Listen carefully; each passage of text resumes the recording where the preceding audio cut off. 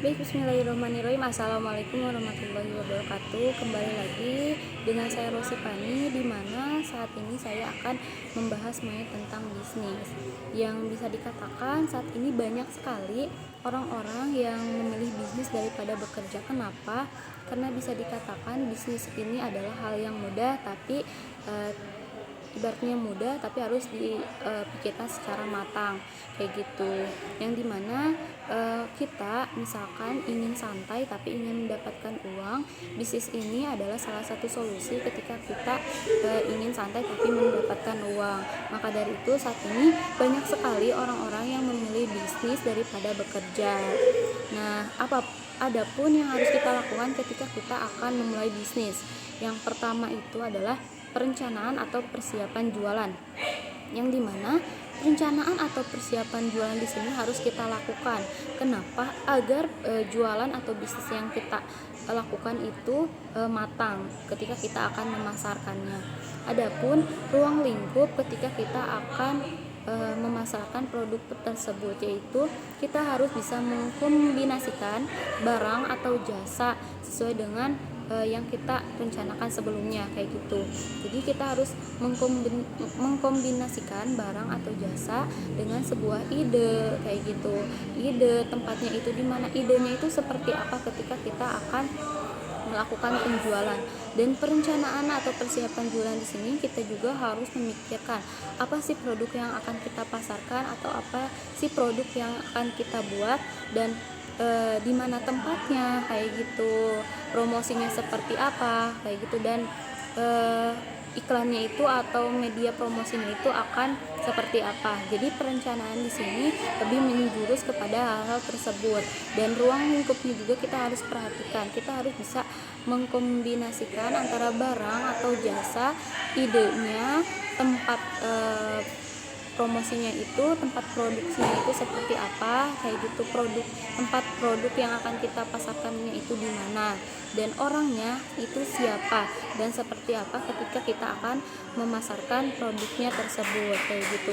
Jadi perencanaan atau persiapan jualan di sini harus matang agar produk yang akan kita pasarkan atau jual itu berjalan dengan lancar dan sesuai dengan pasar kayak gitu.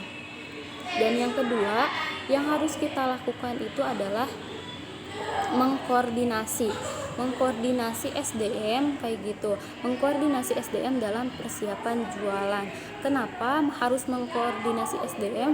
Agar SDM-nya itu tahu bahwa produk yang kita jual itu seperti apa dan bagaimana kayak gitu.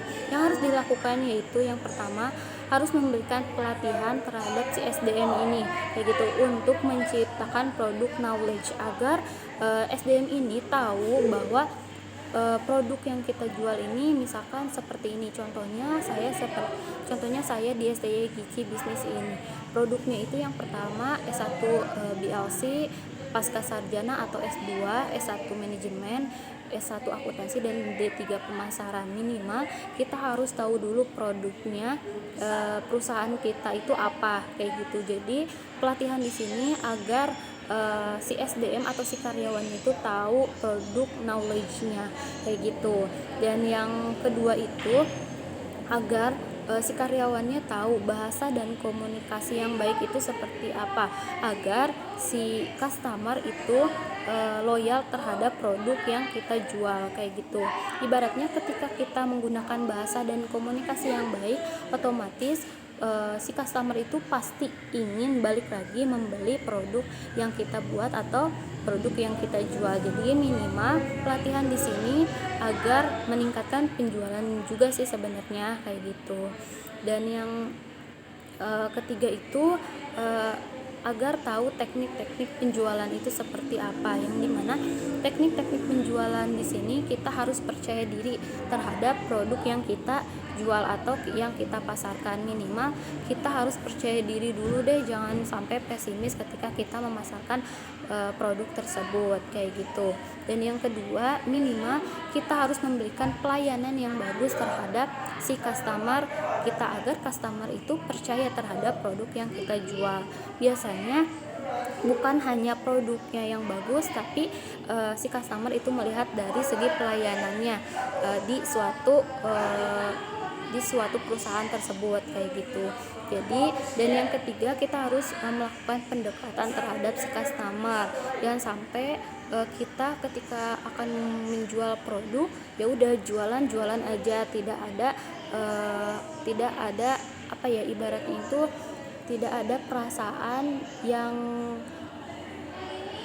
di dalamnya itu perasaan yang emang benar-benar kita ingin melakukan pendekatan. Ibaratnya melakukan pendekatan di sini harus secara ikhlas yang dilakukan karyawan kepada si customer. Minimal ketika kita melakukan pendekatan kepada customer, dan customer itu biasanya percaya terhadap produk kita kayak gitu. Jadi teknik-tekniknya itu harus dilakukan ketika kita akan memasarkan suatu produk tersebut. Nah, yang ketiga di sini saya akan melakukan kegiatan jual beli. Dalam bisnis kita pasti menemukan atau pernah lakukan kegiatan jual beli. Contohnya ketika kita menjual atau membeli saham dari perusahaan lain. Nah, itu pasti dinamakan kegiatan jual beli.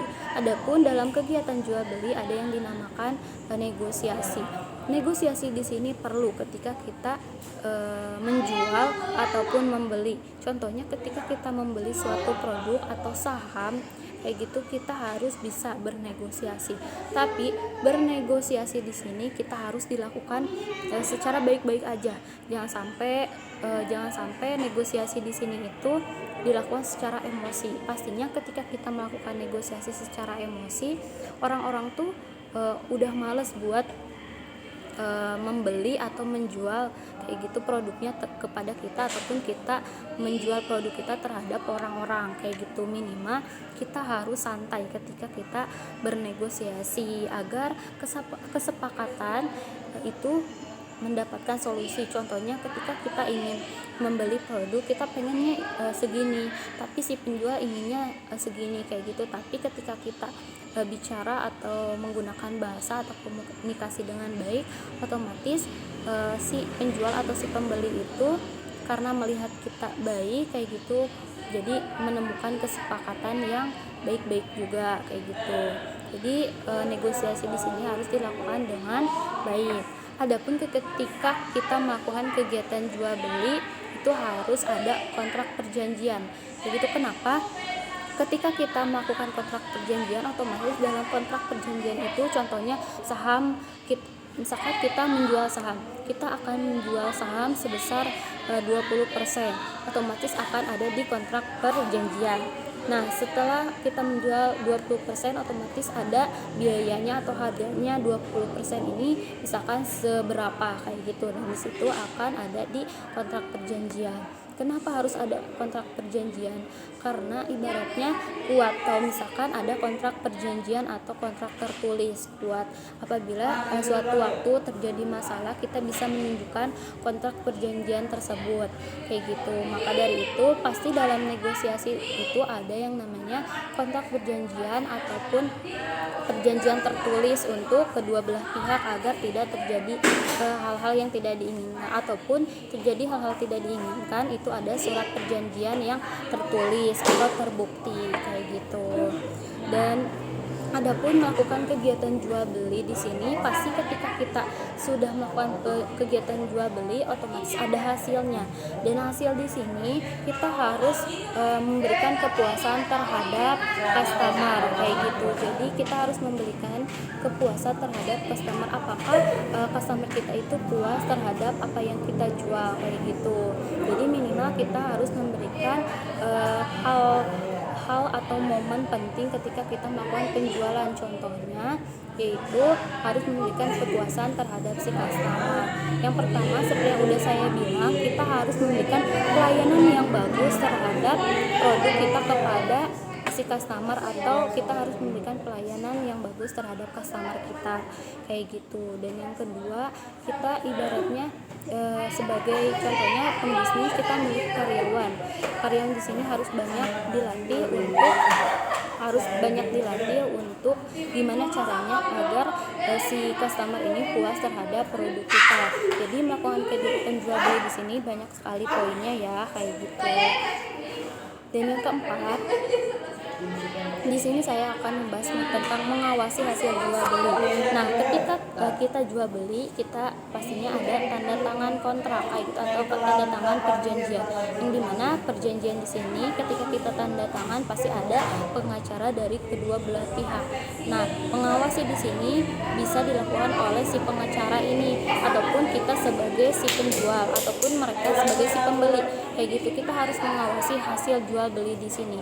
Takutnya kenapa? Sewaktu-waktu misalkan terjadi buyback, kita bisa membeli kembali saham yang telah kita jual kayak gitu. Jadi mengawasi hasil jual beli di sini, kita harus mengawasi apa yang telah kita jual ataupun apa yang telah kita beli kayak gitu. Jangan sampai ketika kita sudah membeli ya udah beli aja gitu, setelah kita menjual ya udah jual aja, kita mendapatkan pendapatan. Jangan kayak gitu, tapi kita harus mengawasinya. Jadi sewaktu-waktu ketika saham tersebut mulai turun dan dijual, kita bisa membeli kembali saham yang telah kita jual kayak gitu. Nah, buyback pun ada dua caranya. Yang pertama itu adalah buyback tender offer, yang dimana buyback tender offer ini kita membeli saham yang sudah kita jual contohnya dengan harga tertentu. Jadi harganya itu tidak sesuai dengan pasar, jadi kita menentukan harganya itu harga tertentu, intinya membeli saham dengan harga tertentu. Yang kedua itu adalah buyback pasar terbuka, yang dimana buyback pasar terbuka di sini membeli saham kita dengan harga pasaran. Contohnya misalkan harga pasarannya itu misalkan 100 juta, berarti ya udah kita membeli saham itu sebesar 100 juta kayak gitu. Jadi ada dua caranya, yaitu buyback tender offer dan buyback pasar terbuka. Jadi misalkan nanti ada saham yang mengalami buyback ataupun perusahaan kita mengalami buyback, itu bisa dilakukan dengan dua cara. Yang pertama tender offer, dan yang kedua buyback pasar terbuka kayak gitu.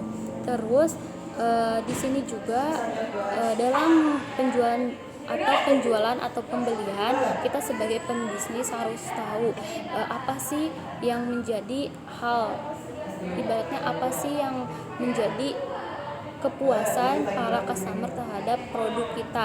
Jangan sampai ketika kita punya bisnis kita nggak tahu sama sekali, dan yang harus dilakukan kita harus menganalisis pasar kayak gitu, apa yang sedang customer butuhkan dan yang sedang customer inginkan kayak gitu. Jadi misalkan kita sebagai pembisnis, kita harus memberikan hal-hal yang membuat customer kita itu loyal terhadap produk kita ataupun customer puas terhadap produk kita. Jangan sampai baru launching kayak gitu produk kita tapi customer sudah tidak merasa puas dan tidak mau loyal terhadap kita.